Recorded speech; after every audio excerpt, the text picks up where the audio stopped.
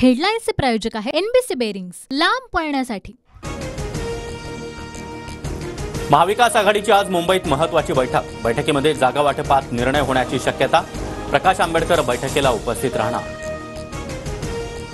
विदर्भातील महाविकास आघाडीचं जागा वाटप अंतिम टप्प्यात। काँग्रेसला 6, ठाकरे गटाला 2, राष्ट्रवादी आणि वंचितला प्रत्येकी एका जागेचा फॉर्म्युला। आजच्या बैठकीमध्ये शिक्कामोर्तब होण्याची शक्यता।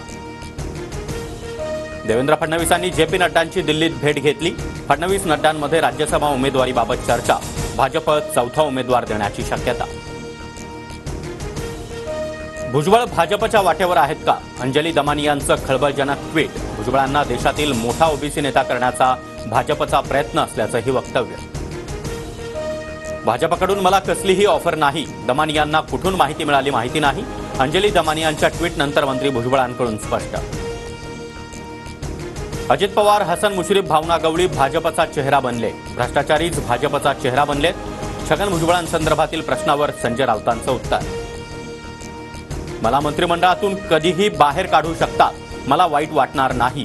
संजय गायकवाडांनी वापरलेली भाषा अयोग्य। गायकवाडांच्या वक्तव्यानंतर भुजबळांचं प्रत्युत्तर। काँग्रेस नेते बाबा सिद्दीकींनी अजित पवारांची भेट घेतल्याची माहिती। राज्यसभेसाठी सिद्दीकींच्या नावाची चाचपणी, तर अजित पवार गटामध्ये जाण्याचा विचार नाही। वडिलांबद्दल काहीही बोलणार नाही, आमदार झिशान सिद्दीकी यांच्याकडून स्पष्ट। बाबा सिद्दीकींवरील प्रश्नावर अजित पवारांनी बोलणं टाळलं। काँग्रेस नेते बाबा सिद्दीकी अजित पवार गटात जाणार असल्याची चर्चा। उद्धव ठाकरेंच्या रायगड दौऱ्याचा आज दुसरा दिवस। दिघी, पोलादपूर आणि माणगावमध्ये उद्धव ठाकरेंच्या सभा होणार। मळमळ, जळजळ आणि भाजप द्वेष, त्यामुळे ना ग्रामपंचायत जिंकण्याची वॉरंटी, म्हणून जनतेला हवी मोदींची गॅरंटी। उद्धव ठाकरेंच्या रायगड दौऱ्यावर आशिष शेलारांची टीका। 2 बायका आणि फजिती ऐका। एकनाथ खडसेंची फडणवीसांसह अजितदादांवर टीका। तर रिक्षावाला मुख्यमंत्री तर टपरीवाला मंत्री होतो, असं देखील वक्तव्य।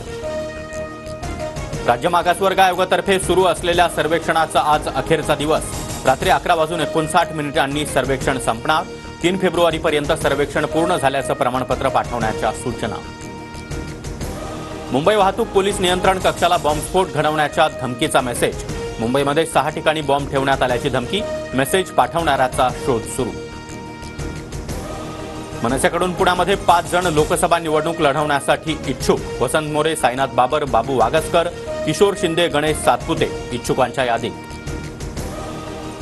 शरद मोहोळ हत्या प्रकरणातील गोपनीय अहवाल कोर्टात सादर। गणेश मारणे आणि विठ्ठल शेलार यांच्यापासून जीवाला धोका। शरद मोहोळच्या पत्नीचा कोर्टात पुरवणी जबाब। पुण्यातील बाणे राऊंड रस्त्यावरील 80 झाडांची कत्तल होणार। पर्यावरण प्रेमींचा विरोध। रस्ता रुंदीकरण आणि पार्किंग करण्यासाठी झाडं कापली जाणार असल्याचा आरोप।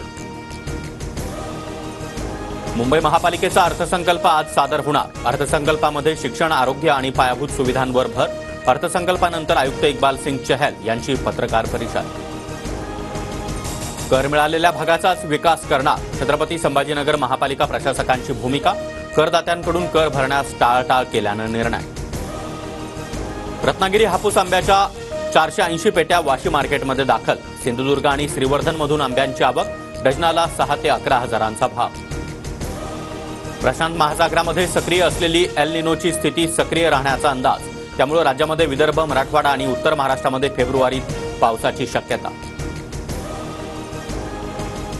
हेडलाईन्सचे प्रायोजक आहे एनबीसी बेरिंग्स, लांब पळण्यासाठी।